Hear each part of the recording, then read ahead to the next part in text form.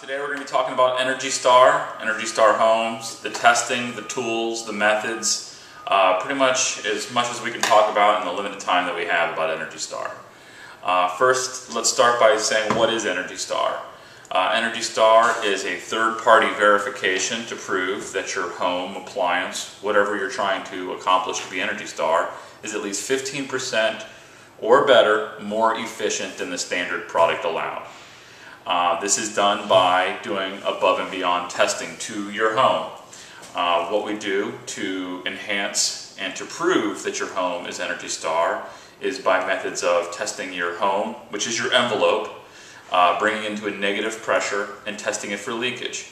We also do the same relative testing with your ductwork. Those two testings, along with all of the construction materials in your home, orientation, your windows, your walls, your doors, your ceilings, all go into a calculation, and from there we're able to establish a HERS rating. It's a rating of efficiency. The lower the rating, the more efficient the home. We're going to be working on testing the ductwork. From that, we isolate the ductwork from the home, we bring the home into a negative pressure, and then balance the ductwork with the house to figure out what is the leakage to outdoors, what is the actual leakage outside of your home, whether it be in your attic or a floor ceiling space, such as here in the apartments that we're testing today. Today we are testing student housing for UCF campus, which is a LEED project and also an Energy Star project. Alright, well now we're ready for the blower door test. What I have done is assembled an isolation door, which is to isolate the entire doorway from the outside. I've attached an outside air tube to measure the amount of negative pressure that my fan is going to be putting on this apartment. What we do first is we go around the entire apartment, make sure all the windows are locked, doors are closed, but we do not change anything. We leave it as it is because we want to get a true testing of this day and how this property acts.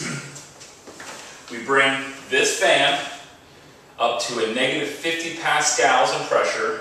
We tested at 5 different ranges and get data points along each way with the DG700, which is my testing tool for this project.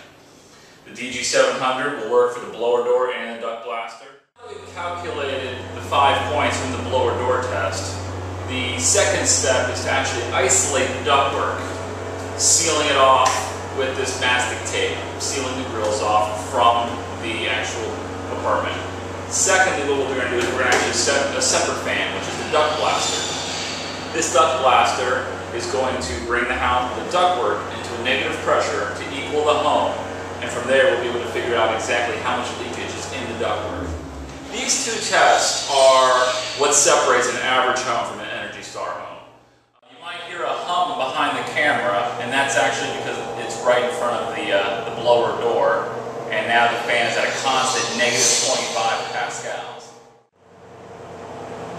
A little bit of tweaking. Once you get it spot on, 27. It's 27 CFM. In the relation to this system is pumping at about 800 CFM per minute, which is cubic feet per minute. So this is a very small percentage of leaking that's coming through the return system. So what we're going to do is we're going to take the probes off, put the supply probe on, and retest. The goal is to get an average between the two, and you're getting the closest reading. You're going to grab the supply duct, even though it's connected. It's all one system. Even though it's a connecting system, the supply, return, all of it is one system that's all isolated. We test them both separately. We have a little bit more leakage in the supply, but the supply is a lot more than the return. The return is just a box underneath the air handler in that closet, whereas the supply is feeding all the bedrooms, all the bathrooms, the living room, the kitchen. So there's more potential for leakage in the supply.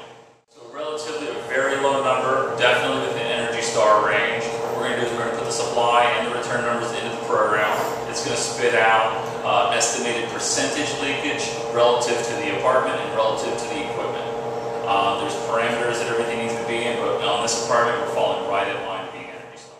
Every home must be tested as far as putting it through energy calculations for code, compliance, and permitting. But it's not required to do these tests after the fact. These tests are supplementary and purely for the knowledge of the homeowner, the builder, to know that they've built a quality product, that the materials they've used are installed properly,